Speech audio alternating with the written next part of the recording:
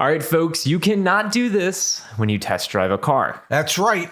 I'm Ray Shefska. I spent 43 years in the car business. I'm going to teach you what I used to teach my salespeople when it came to the test drive. All right, and when you teach us what you taught them, you're also going to explain to us the things that we should and shouldn't do when we are on a test drive. Let's kick it off, Pops.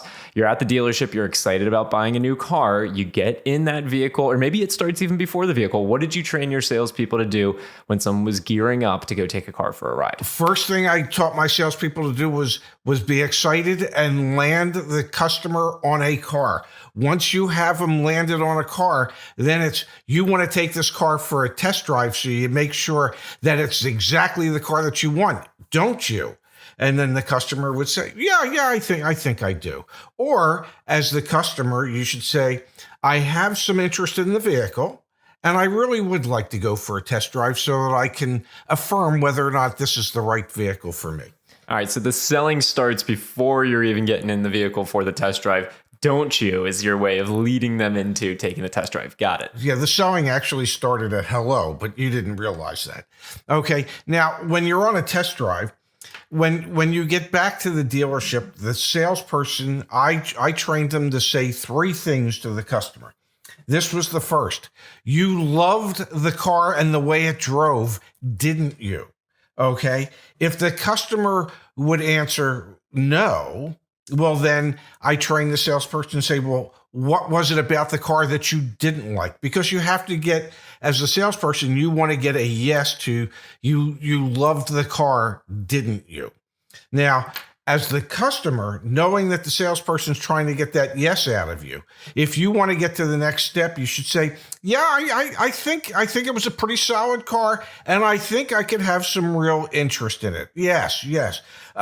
Enough to take it home. I'm not 100% certain yet, but it very well could be.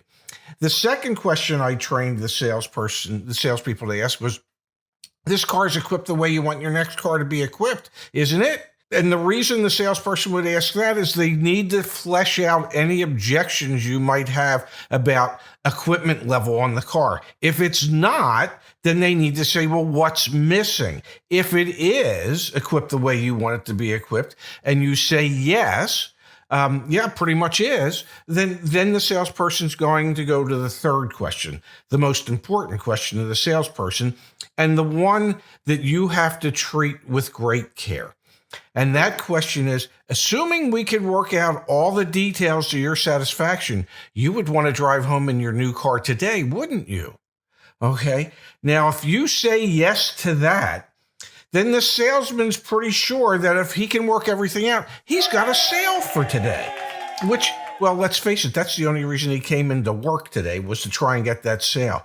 Your response should be, we very well might be on the right vehicle, but it's all going to depend on the numbers, on the out the door number. So assuming that we could get to the correct out the door number, I very well might want to take the car home today.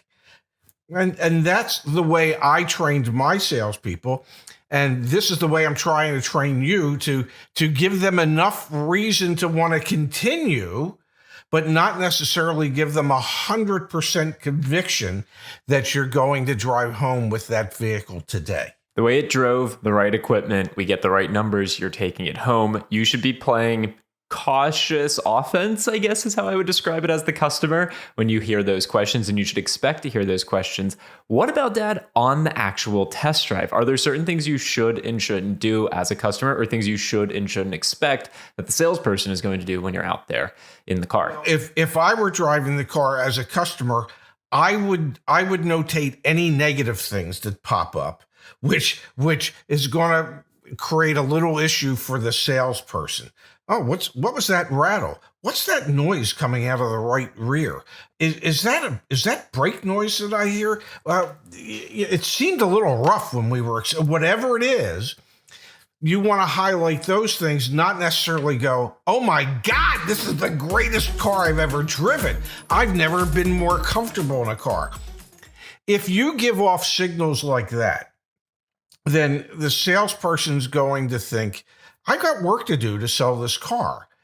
But if you give off the signals that it's the greatest car you've ever driven, the salesperson thinking, well, I got to lay down. I got somebody that's going to say yes to whatever the first proposal is. So you want to have the salesperson be excited that there's a deal to be had, but you don't want him to be so excited that he thinks there's not going to be any work that he's going to have to do to get to that deal. So you play it a little close to the vest. You give off enough signals that, yes, assuming everything were to work out, you would probably want to take it home today. And so that the salesperson is thinking that there very well could be a deal there.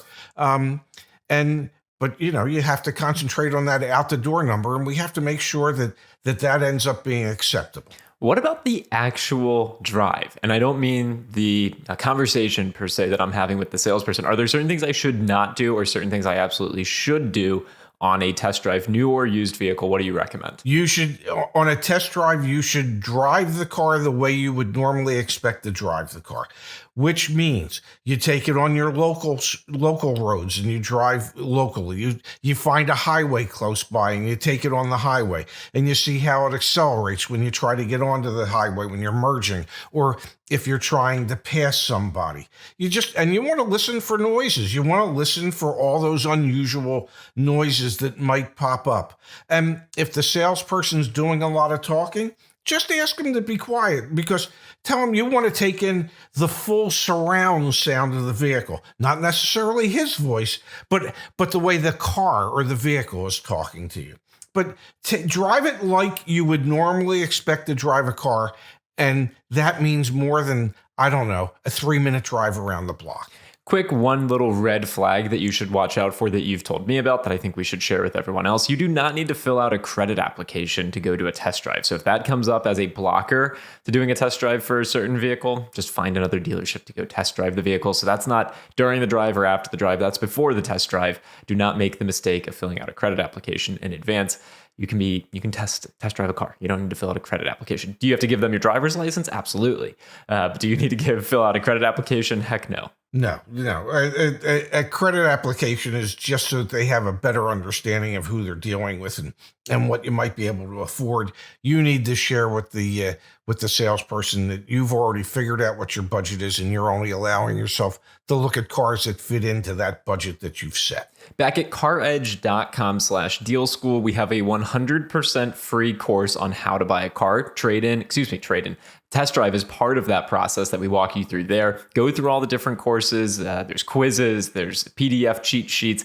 Please, please, please avail yourselves of all the resources there. Watch this video again before you go to a test drive, but also go do the 100% free deal school back at CarEdge.com/deal school. Pops. Yes. Thank you for doing this. Well, it was my pleasure.